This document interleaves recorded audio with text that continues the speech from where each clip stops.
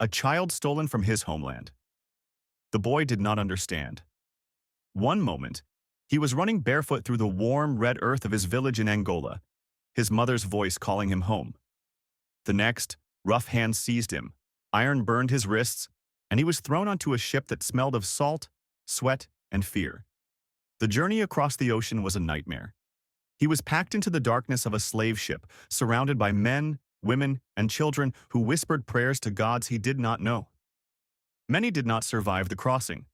Their bodies were tossed into the sea, lost forever.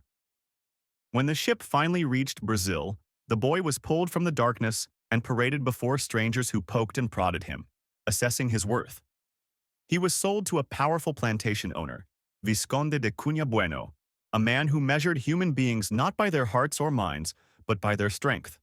A life without choice. As he grew, the boy, now named Roque José Florencio, though he was better known as Pata Seca, became a giant among men. He was tall, broad-shouldered, and strong enough to carry a full sack of coffee beans without struggle. His owner saw more than just a worker in him. He saw a breeder. "You will give me strong slaves," Cunha Bueno said. "As many as I ask for." Pata Seca did not understand at first, but soon, the horror became clear. He was forced to mate with enslaved women, not for love, not for family, but to create more enslaved people. His children, his blood, were torn from their mothers and sold, just as he had been. He was forced to sleep with women that he cared about and viewed as family. Other farmers would also bring their slaves for him to sleep with and produce children against his will. If he refused, he would be whipped, resulting in scars on his back. He attempted to run away several times but was always caught, whipped, and brought back to perform the job he hated.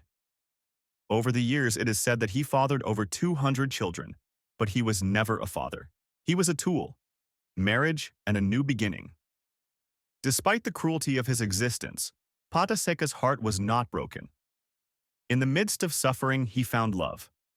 He fell for a woman named Tereza, a fellow enslaved person on the plantation.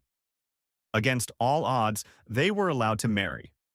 A rare mercy in a world where enslaved people were not seen as worthy of such bonds. Together, they had 9 children, children that he could finally call his own. Though still enslaved, his loyalty and strength had earned him a measure of trust.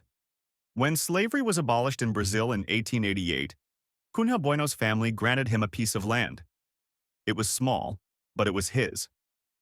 For the first time in his life, he owned something.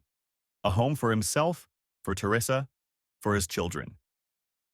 Pata Seca spent the rest of his days as a free man, working his own land, guiding his family, and ensuring that his descendants would never suffer as he had.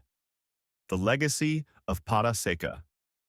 Pata Seca lived to an old age, a man who had endured the worst of humanity and still held on to love, hope, and dignity. His bloodline continued, spreading across Brazil, a testament to his survival. His story is one of pain and resilience, a reminder of the brutality of slavery, but also of the unbreakable spirit of those who endured it. He was once a man without a name, without freedom, without family. But in the end, he was something greater, a survivor.